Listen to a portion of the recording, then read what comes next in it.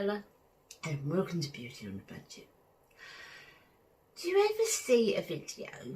So I watch YouTube all day practically. It's much more than the telly, or once I've done my chores I watch YouTube. Do you ever see a video that stays with you? And you're thinking about it during the day and it stays with you, because I watch so many and I love the makeup looks and, my passion for makeup. But sometimes there's the occasional video that comes up that really sticks with you. And a couple of these I've had, and a couple of them have been from Sandra Hart, from the channel Life Over 60 with Sandra.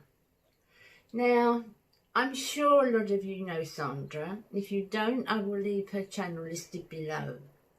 She made a video at the end of the week, last week, middle of the week, and it was about ageing. It's how we felt about ageing and how we deal with it.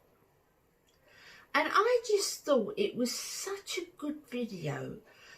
Sandra's wonderful anyway. I mean, she puts herself across beautifully, but she won't mind me saying she's in her 80s, and I hope that I've got any chance of being like Sandra in my 80s. Please God give me that, those years. But she speaks about it, and you can see why. I mean, she's so healthy looking, she's so articulate, and she's, she's had a full life. She's been a professional actress, and, she's just beautiful. She's absolutely beautiful, and she's an author. She just... very accomplished, but so humble, and I really admire her. I listened to this video, watched this video, and I thought, I think that's an amazing video, and the way she approached aging and the things how she feels about aging, and I think it could teach us so much, and so many of us so much, certainly me. So I asked, there were 6 things that she specifically told us to think about. It wasn't a tag, wasn't questions, it was just 6 things she specifically said we could think about in our own time and ourselves. But I loved the video so much that I asked Sandra if she would mind if I did it, and she said, no, not at all, go ahead and do it. And so thank you, Sandra, so much. And these are the 6 things that we should think about. And I've not heard a take on it like this before. I've not heard it done like this before. My little friends are outside. But I like it. And these six points, I've got them down here. Number 1, you are visible. I thought that was really interesting because so much, particularly with the media, he said, you're a certain age and that's it. You're on the shelf now. As far as beauty, and it's not for you no more. You're not visible. Nobody's going to take any notice of what you say anyway. Now, there's a lot of that out there. There's a lot of that being said.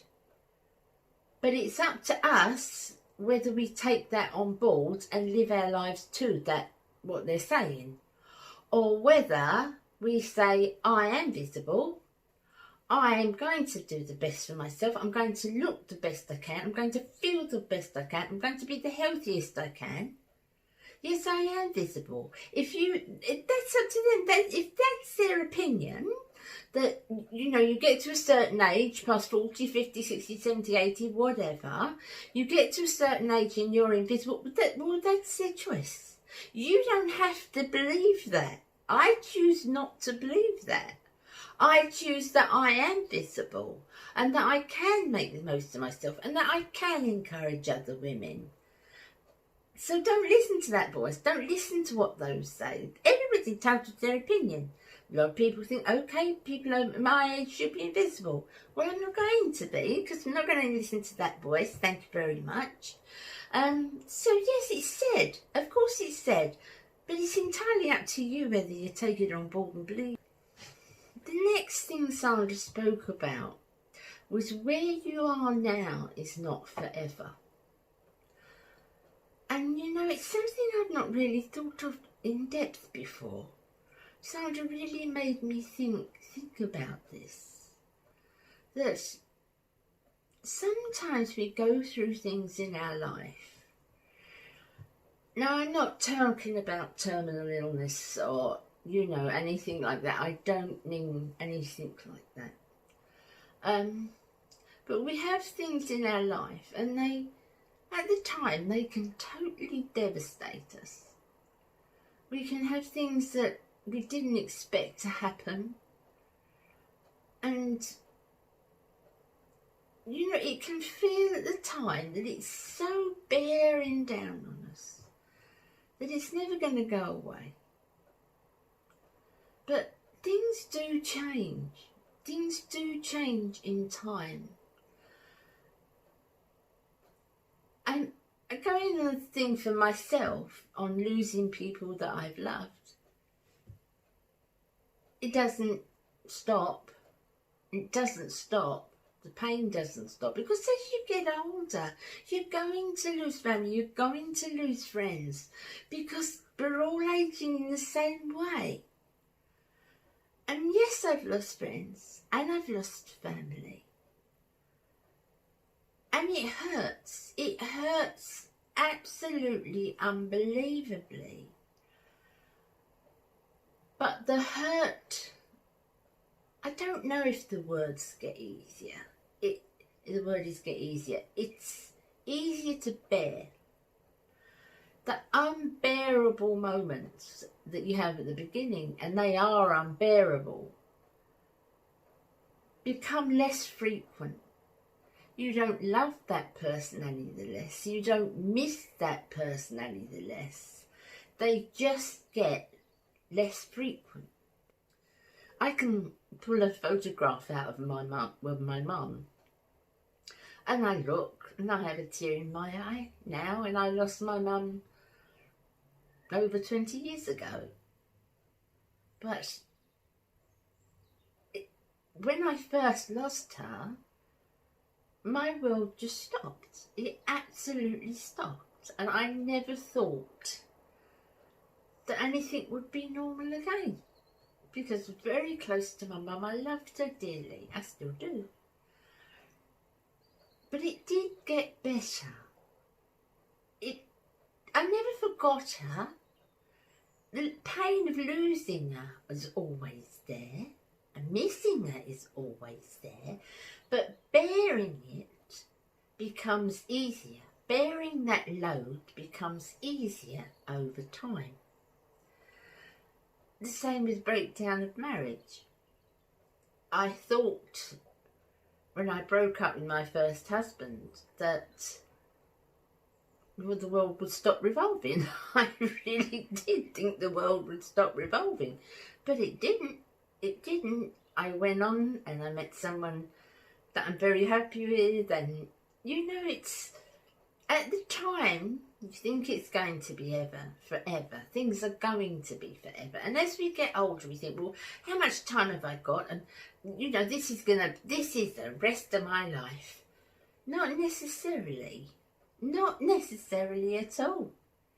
We can get out of things that we're in. We can change our mindset. Now, as I said, I'm not talking about terminal illness. I'm not talking about tragedy like that. I'm talking about just things that happen to us in life. And so much has happened to us over this virus. Again, I'm not talking about the death. The death toll is tragic. I'm not talking about that. I'm talking about the people that have lost their jobs, lost their homes. I mean, it's tragic. It's absolutely tragic that that's happened to these people. But please God, in time, they will pick up. They'll get another job, or they'll look round. Please God, the majority of them will look back in 5-10 years' time, and that was just something that passed. That was an awful time. That was an awful place to be in. So I'm not very keen on the term moving on or closure. Those sort of terms, they've always seemed a little bit cold to me. Maybe it's just me, but they seem a little bit cold to me. So I've never used those terms, but I try not to. But well, where there's life, there's hope. And if we're lost our house or lost, our job, if we're alive and we've got the strength to fight for it, and we can, there's other jobs, there will be. The world seems terrible now. It seems absolutely terrible. But it will pass. This will pass. And sometimes that's hard to think, isn't it? When you're in the moment, that's hard to think. But it's comforting to try and tell yourself, and I try to tell myself, it doesn't always work, but I try to tell myself that this is not forever. This isn't going to last forever. Number 3, she said, think about prioritising your faith. I don't talk an awful lot about religion, but I think the majority of you know that my faith is a big strength to me, and that I can't imagine life without it, really. I love my faith. I feel protected by my faith, and I trust my faith. And in a world sometimes where it's hard to trust an awful lot of what's going on, and the majority of politicians and everybody are lying to us, and who's lying and who's not, and who's, worthy and who's not. I have 100% faith in my faith. And I know that my relationship with God is private, it's personal, it's nothing that I talk about a lot. But I know that I never have to explain too much about every little feeling, every little emotion, every little fear, every little joy. I know I don't have to, because I know if I say the joy and the fear, I know He knows. I trust that 100%. And that's so important to my security. So important to my security, especially when times are low. So yes, I embrace my faith and prioritise my faith very much so. And number 4, she says, think about embracing your age and don't fight it. Now, I think Sandra put this so much better than I could, but we're all aging, aren't we? There's nothing that I can do about getting older every year. I can look the best I can. I can keep myself as healthy as I can, because I like to look nice. I like to look as fresh as I can, and, as presentable as I can for my age. But there is no point in actual fighting aging. Now, I don't mean that, as Sandra said, I don't mean what's the point of cream, what's the point of retinol, what's the point of diet, what's the point of, exercise, what's the point of smiling, I'm getting old and that's it. I don't mean that, because I make up every day and I do skincare twice a day, and you guys know what I'm like, and I like the nice clothes, and I don't mean that, but I'm talking about fighting aging when it's so bad that it actually causes aging, because frowning and resentment of your age can show on your face, and that's not flattering. That's not flattering. I would say to anybody, I don't try to look at my birthday. I look at the mirror, what can I do today? How can I improve myself? What can I find? What will be good for my skin? Not what will be good for my skin because I'm 65. I don't think, you know, I should use this because I'm 65. I think, what would be good for my skin? I know my face. I don't let aging take me over. Yes, I buy anti-aging. That's another term I think is funny. Anti-aging creams. Yes, I do everything I can to keep as fresh and young looking as I can. Of course I do.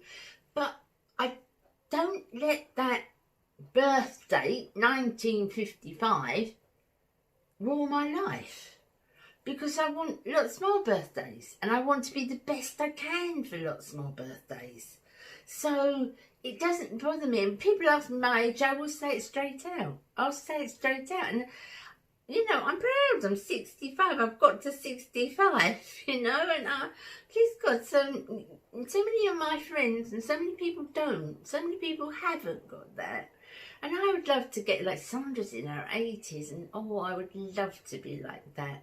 And, you know, there's something to be proud of, isn't it? It's nothing to think, I'm old, I'm wrinkly.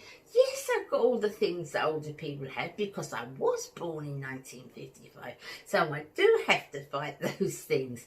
But I fight the things with what I can do as far as creams and lotions and oils and caring and style. I fight it that way. But I don't fight the number. I don't fight that I was born in 1955 because I was. And whatever I put on my face, I was born in 1955. I am 65 years old. So embrace that. Be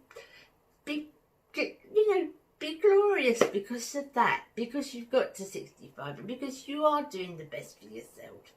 But don't linger on the figure, on the date of your birthday and oh my goodness, I'm getting old.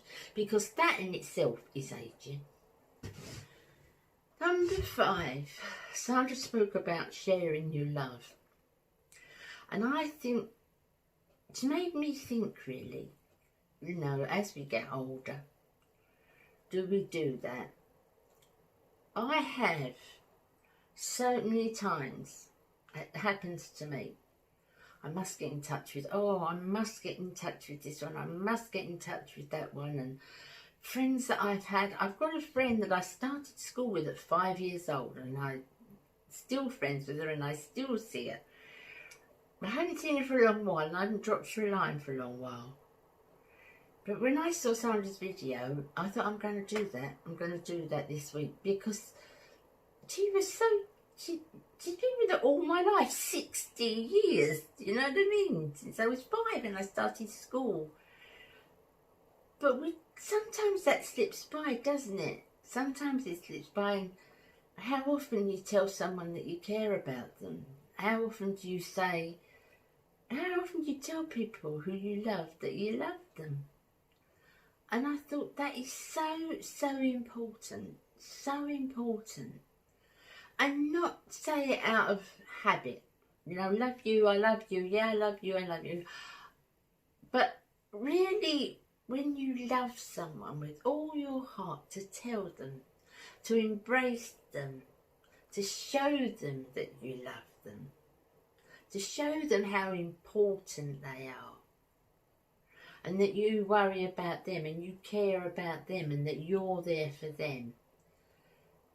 You know, sometimes we just get on with life, naturally, we're all busy people, and we tend to leave those gems, and relationships like that are gems, be it friends or be it family, they are gems. And do we sometimes get on with our busy lives and worry about aging? We forget, you know, these gems in our life that should be recognised more often. And the last one, number 6, is enjoy your journey. Do you enjoy your journey? Are you telling yourself your journey's come to an end? Are you thinking your journey may come to an end tomorrow? I never think that. Please God, I've got chapters left in my journey. Please God, I have. And I don't expect any certain dates or certain times. As I said, please God, I've got many years left. But nobody knows what's going to happen today. Nobody knows. You know that you watch me regularly, know that my Shirley, my friend Shirley, is my daughter's mother-in-law. She had a stroke out of the blue. Shirley was a rough, toughy, last person on earth you'd ever think anything could happen to, who was up for anything, go anywhere, go dancing and everything, you know. And I used to think sometimes, oh, I wish I could do that, I wish I could do that, you know, because I at the moment I'm not dancing. But hey, I do other things, I can do other things. And I am enjoying my journey. And I accept the things that I can't do. I accept my limitations. No, I can't dance. I can't dance. But I can do a lot of other things. And my cup is half full. It's not half empty. And as I was saying, I digress as always. Shirley had the stroke. Do you remember I looked after her? And it's amazing because I was looking after her. And, you know, just days before, she was out dancing and I was thinking, I wish I could be dancing too. You see, nobody knows, do they? Nobody knows what tomorrow's going to bring. So embrace every day. Embrace every day. Don't be frightened of tomorrow. Open your arms to it and be glad that you're living it. And if things are low, be determined that they'll pick up. If you've got health issues, as I've got health issues, don't look so much at what you can't do, look more what you can, because that's what I do. If I concentrated all day on what I couldn't do, I would go bananas. I really would. Concentrate on what you can do, even if it's small things. Be glad that you can do that and that you're here to do that. And if you have to downsize your house, or things you don't have what you had before, or you can't afford what you afforded before, then just be glad that you're here and that you can have the things and that you're glad you've got what you've got. So don't worry about paying £1,000 for a tin of eye cream, because you know you're going to get old anyway. Your eyes are going to look after yourself. I'm not saying don't look after yourself, but don't tear your hair out if you can't afford the latest, you know, cream or serum or whatever it comes out. Don't tear your hair out, you know, I must get that, I must get that, everybody else has got it, I must get it, because that will age you. Just enjoy where you are. Be glad of where you are. And that's how I feel. That's how I want to be. And Sandra really inspires me to try and feel like that, you know, because it is positive. Being positive, smiling, enjoying, being grateful, being faithful. That is youthful. That puts... the youth comes from inside. Instead of putting the cream on the outside, it comes from the inside. I don't think old. I don't think old. And so much of that has helped me. But I'm still 65 and I'm still very, very grateful for everything I have and for any new adventures that I might come into. So thank you, Sandra. Thank you so much. I will leave Sandra's video below. She's done 1,000 times better job than I did, but I really liked it and it stayed with me. You know when you watch those videos and they stay with you and the thoughts stay with you. And it really kind of helped me, you know. As much as I love seeing the creams and the potions and the lotions, because I do, this one sort of stayed with me and made me think about true anti-aging, you know. I really enjoy it, and I'm sure you will too. So I will see you again on Friday. I'm not sure what I'm going to do. I might do a Get Ready With Me, or I might do my Stars of the Month. What would you like? Would you like a Get Ready With Me, or would you like Stars of the Month? Let me know and I'll sort it out. I film it on Thursday to put up Friday, so you'd have to give me an answer by Thursday. But Stars of the Month or Get Ready With Me. Okay, so I'll see you again Friday. Thanks for being here, guys. Take care. Bye.